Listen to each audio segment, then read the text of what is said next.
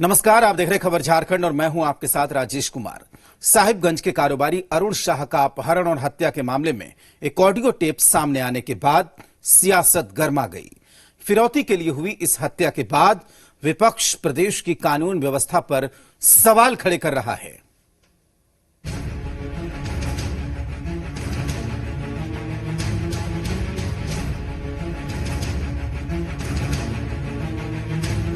साहिबगंज के बोरियो थाना क्षेत्र के बरमसिया मैदान में लगी ये भीड़ उस शख्स की हत्या के बाद जमा हुई है जिसकी फिरौती के लिए पहले अपहरण और फिर पैसे नहीं पहुंचने पर हत्या कर दी जाती है। लेकिन हत्या के एक दिन बाद आए एक ऑडियो टेप ने न सिर्फ पुलिस पर आम आदमी के भरोसे को तार तार कर दिया, बल्कि उस ऑडियो क्लिप को सुनने के बाद ये जाहिर होता है कि अपहर्ता कितने बेदिल और बेरहम थे। तुम्हारा आदमी हम लोगों के कब्जे में है अरुण। व्यवस्था किए पैसा का व्यवस्था कहाँ हो पाया है अभी। थाना दौरा कीजिए, थाना वाला अब आदमी बचा सकेगा। देखिए थाना हम लोग नहीं जा रहे हैं, हमको आप 10 दिन का समय दीजिए, हम लोग कुछ करेंगे।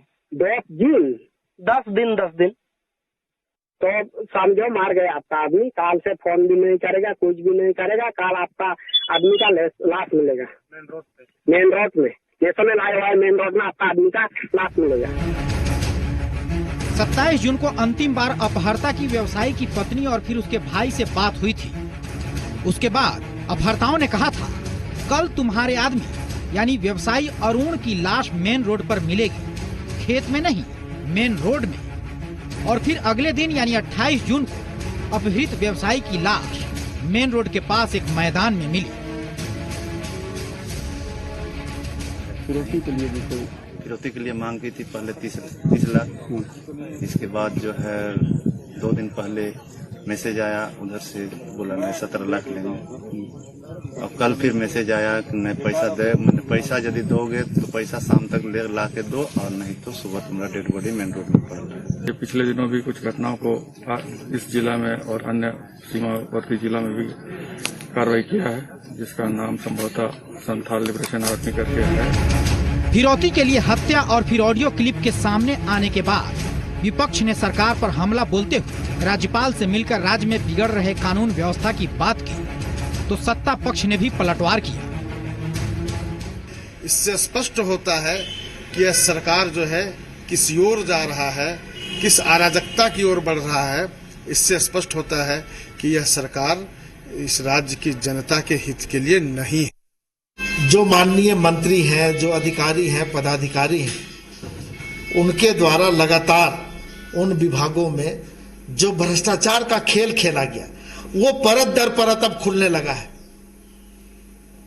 तो जब ये सारी बातें सामने आने लगी है तो भारतीय जनता पार्टी उन कमियों को, उन खामियों को, उन भ्रष्टाचारियों को बचाने के लिए, उस पर पर्दा डालने के लिए प्रशासन भले ही अपराधियों पर शिकंजा कसने के दावे कर रहा है और पक्ष विपक्ष कानून व्यवस्था को लेकर सियासत कर रहा है, लेकिन फिरौती के लिए की गई इस निर्मम हत्या ने जाहिर कर दिया है कि पुलिस का खौफ अपराधियों में नहीं है।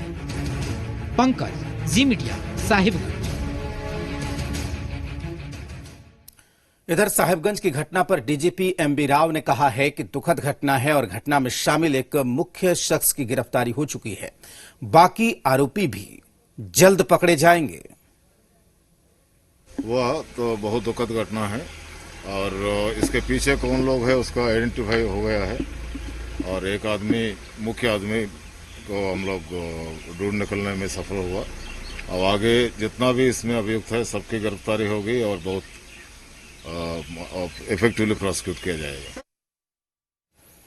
राज्य में बिगड़ते कानून व्यवस्था और स्वतंत्रता सेनानी सिद्धू कान्हू के छठे वंशज की हत्या के मामले को लेकर बीजेपी के 10 सदस्यीय प्रतिनिधिमंडल ने राज्यपाल द्रौपदी मुर्मू से राजभवन जाकर मुलाकात की और ज्ञापन सौंपा। पूरी घटना की जानकारी देते हुए मामले की जांच सीबीआई से कराने की मांग की।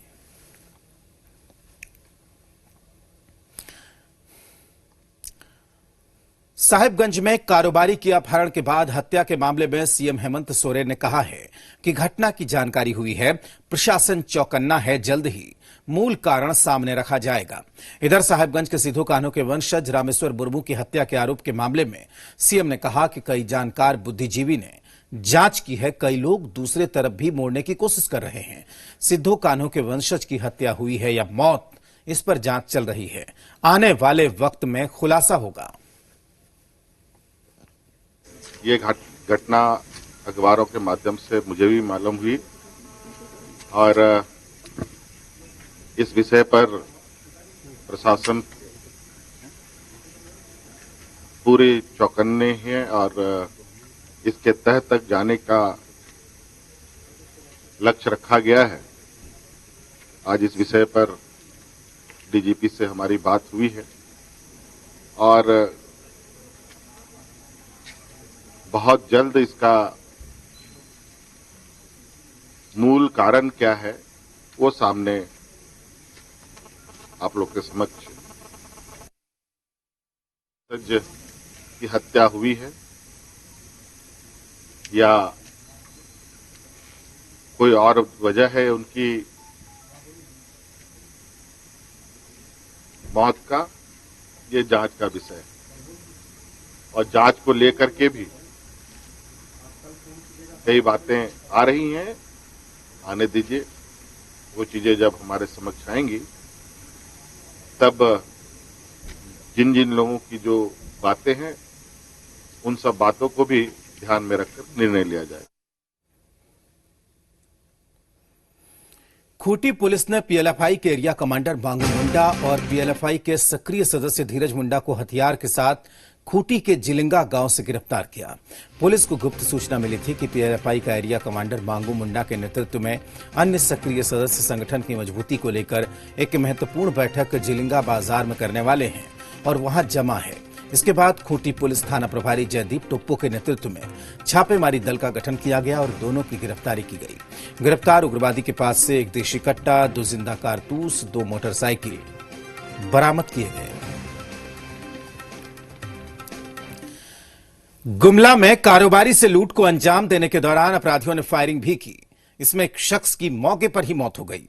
बनियाडी गांव के पास एक दुकान पर 3 मोटरसाइकिल सवार 6 अपराधी हथियार समेत आए और दुकानदार पर पिस्टल तानकर पैसे निकालने की धमकी दी। इसके बाद अपराधी निकल ही रहे थे कि दुकान में काम करने वाले एक शख्स ने उन पर लाठी से हमला बोल दिया। बस फिर क्या था, अपराधियों ने पलटवार करते हुए गोली चला दी। गोली सीने में लगने से शख्स की मौत हो गई। इस घटना से सभी कारोबारियों में आक्रोश देखने को मिल रहा है। पुलिस प्रशासन से सुरक्षा की गुहार लगाई गई है। बस सामने में है, 3 किलोमीटर में कहीं बता गया तो फिर आगे जाके रोकना उन्होंने। तो बाद 15-20 मिनट बाद वापस आके नवीन के हाथ डालन बक्सा में पैसा और उसके बाद निकलाएगा। तो फिर नवीन भैया ऊपरे जैसे देख लेंगे चेहरा के कैसे सटाए रिवॉल्वर सटा गए तो फिर ले जाके उठ गए। फिर मैंने 2 चचरा भाई जो है साथ से साइड हो गए। साइड होने के बाद मैंने लेके निकले लागना तब फिर जाके पीछे से लगे। हाँ, कुछ अज्ञात अपराध कर्मियों के द्वारा लूट की घटना कारित करने के लिए एक आढ़त का दुकान है जिसमें आए हुए थे और उस लूटने के बाद वो अपराध कर्मी जब भागने लगे तो दुकानदार और उसमें काम करने वाले कर्मियों के द्वारा विरोध किया गया। इस दौरान उस पर पीछे से गोली मार दी है जिसमें कि एक दुकान में काम करने वाला स्टाफ था, उसे गोली लगी है और वो उसे त्वरित कार्रवाई करते हुए अस्पताल लाया गया जहाँ पर जामताड़ा में पुलिस ने 5 शातिर साइबर अपराधियों को गिरफ्तार किया। आपको बता दें कि ये सभी कई महानगरों में साइबर अपराध की वारदात को अंजाम दे चुके हैं और करोड़ों के मालिक भी हैं। दरअसल ये सभी फर्जी बैंक मैनेजर बनकर लोगों को फोन करते थे और उनके अकाउंट हैक करके सारा अमाउंट निकाल लेते थे। फिलहाल पुलिस ने 5 को नारायणपुर थाना इलाके के मोहनपुर से गिरफ्तार करने में सफलता पाई। इतना ही नहीं, कई फर्जी सिम, कई मोबाइल, एक लग्जरी कार बरामद किया गया।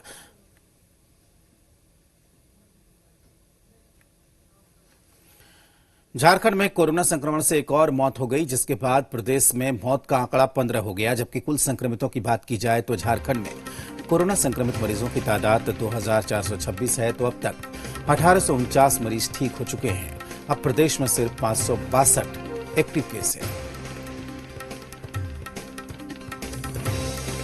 तो कोरोना संक्रमण से अब तक 15 लोगों की झारखंड में मौत हो चुकी है। अब तक 1849 लोग कोरोना से ठीक हो चुके हैं।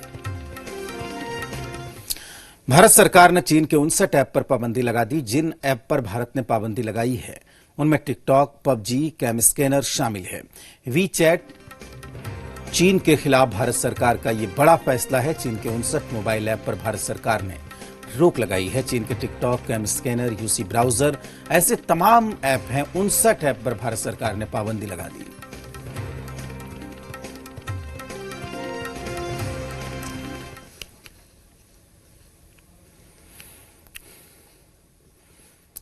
केंद्र सरकार द्वारा चाइनीज ऐप पर प्रतिबंध लगाने को लेकर सीएम हेमंत सोरेन ने कहा कि केंद्र सरकार कई निर्णय ले रही है। इसका असर और प्रभाव सही मामले में गलत है तो केंद्र सरकार ने निर्णय लेने में देरी की। जितना संक्रमण इससे फैलना था, फैल चुका है।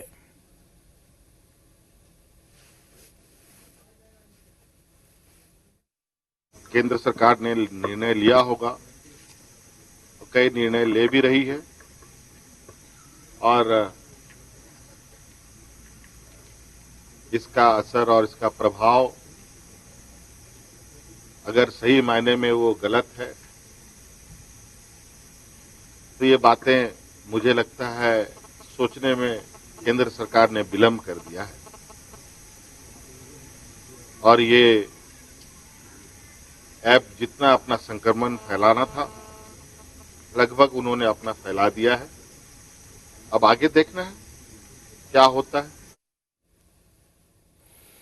जेएमएम के केंद्रीय महासचिव सुप्रियो भट्टाचार्य ने पार्टी कार्यालय में प्रेस कॉन्फ्रेंस कर बिहार की सत्ताधारी दल जनता दल यूनाइटेड पर निशाना साधा और कहा कि बिहार विधानसभा चुनाव में झारखंड मुक्ति मोर्चा के आने से सत्ताधारी दल जेडीयू की घबराहट बढ़ गई है।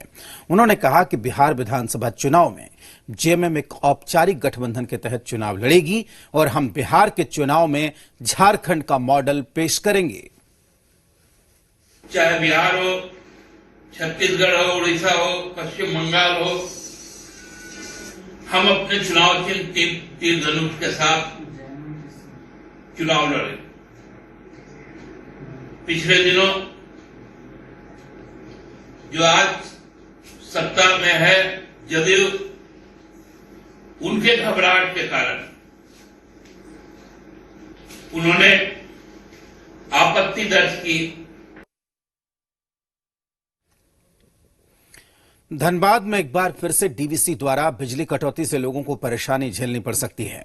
डीवीसी ने 1 जुलाई से धनबाद में बिजली कटौती का अल्टीमेटम दिया, लेकिन धनबाद में अभी से बिजली की आंख मिचौली शुरू हो गई। इधर धनबाद पहुंचे मंत्री आलमगीर आलम ने लोगों को भरोसा दिलाया है कि जल्दी समस्या का समाधान सरकार कर लेगी। पहले बोलते रहे बीजेपी खराब है, आज हेमंत सोरेन बैठे तो क्या कर रहे हैं बैठ करके।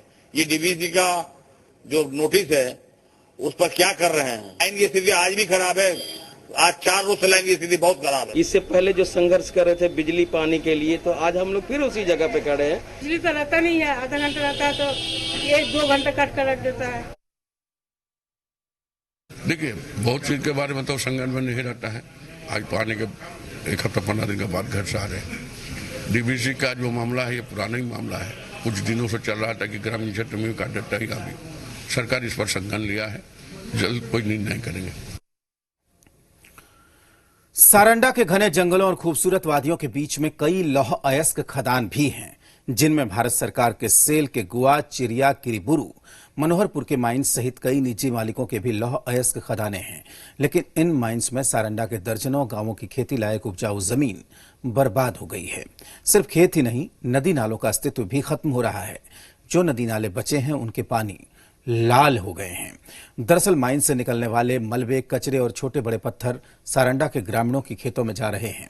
इससे सारंडा के 1 दर्जन से अधिक गांव और उनकी 40 से 50 एकड़ उपजाऊ खेत पूरी तरीके से बंजर हो गई। अब सारंडा के इन प्रभावित गांव के लोग माइंस प्रबंधन के खिलाफ गोलबंद होने लगे हैं। ग्राम प्रधान लगातार गांवों में बैठक कर रहे हैं और माइंस प्रबंधकों के खिलाफ आर पार की लड़ाई की रणनीति बना रहे हैं। बुजुर्ग से हम लोग इस जमीन पर खेती करते थे। बुजुर्ग से हम लोग खेती करते हुए मेरा दादू बूढ़ा परदादा से अभी तक हम लोग राशि फांसी से लेकर सब चीज है। मेरा पर्चा पट्टा भी है, लेकिन संलग्न साल में देते हैं जो ये मलगुजरी पूरा यहाँ पर तो पूरा काम भी नहीं दे रहा, माटी भर रहा है और खेती लायक नहीं है साहब, ये तो खत्म हो गया। बारिश होने से बाढ़ पानी बहुत ज्यादा आता है, उसमें से हम लोग का लाल पानी आता है और कंकड़ सब बहुत ज्यादा से लाता है और पूरा इतना बार खेत को बर्बाद कर देता है। हम लोग का यहाँ खेत जमीन बर्बाद हुआ है और आज तक हम लोग का खेती लायक भी नहीं हो रहा और मलगुजारी रसीद। नोटिस हम लोग ने उनसे पूछा है कि आपका जो डंप एरिया है, डंप एरिया कितने क्षेत्रफल का है, भारत सरकार द्वारा कितने एरिया में आपको परमिशन दिया गया है, क्या उससे कहीं बाहर तो डंप नहीं गिराया जा रहा है। प्रथम दृष्टया ऐसा लगता है कि बाहर डंप गिराया नहीं जा रहा, लेकिन कुछ मलबे जो बारिश के टाइम में होते हैं, इस संभावना से इनकार नहीं कर सकते हैं कि कुछ मलबे बारिश में बहकर उनके बियॉन्ड एरिया भी गया है। इधर कांग्रेस आलाकमान के आह्वान पर पेट्रोल और डीजल की कीमतों में बढ़ोतरी को लेकर सिंहभूम सांसद गीता कोड़ा के नेतृत्व में सरायकेला खरसावां जिला कांग्रेस कमेटी का एक प्रतिनिधिमंडल आज जिले के उपायुक्त से मिलकर महामहिम राष्ट्रपति के नाम एक ज्ञापन सौंपने पहुंचा। इस दौरान पूर्व मुख्यमंत्री मधु कोड़ा भी मौजूद रहे। पूर्व मुख्यमंत्री ने केंद्र की बीजेपी सरकार पर जमकर निशाना साधते हुए कहा कि केंद्र की भाजपा सरकार पेट्रोल और डीजल के बहाने गरीबों की जेब से सीधे तौर पर पैसे निकाल रही है। लॉकडाउन की अवधि में जब लोगों के हाथ में रोजगार नहीं है, लोगों के हाथ में पैसा नहीं है, लोग आर्थिक तंगी से गुजर रहे हैं और ऐसे परिस्थिति में इस तरह का निर्णय लेना ये दिखाता है कि किस तरह से भारतीय जनता पार्टी लोगों को शोषित कर रही है और हिटलर शाही रवैया, तानाशाही रवैया अपना रही है।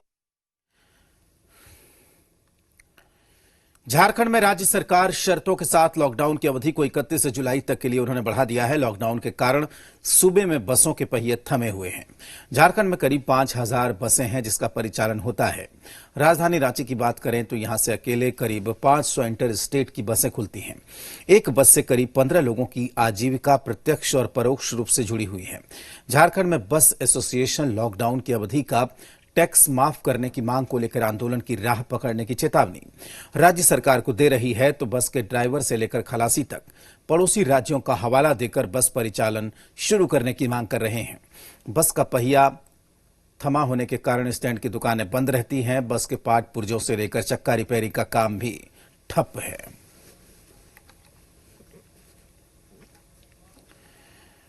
कल हूल दिवस है। इस पर सीएम ने कहा है कि राज्य के लिए महत्वपूर्ण दिन है। पूरा राज्य इस दिन का इंतजार करता है। हर साल हूल दिवस पर बड़ा कार्यक्रम आयोजित होता है, लेकिन इस बार संक्रमण को लेकर पाबंदियां हैं। इस कार्यक्रम को भी स्थगित करना पड़ा है। इसके लिए हमें खेद है। देखिए, कल हूल दिवस है। ये काफी इस राज्य के लिए एक महत्वपूर्ण दिन भी है। बहुत बड़ी वहां पर कार्यक्रम आयोजित भी की जाती है, सरकार के द्वारा भी, आम लोगों के द्वारा भी, राजनीतिक दलों के द्वारा भी।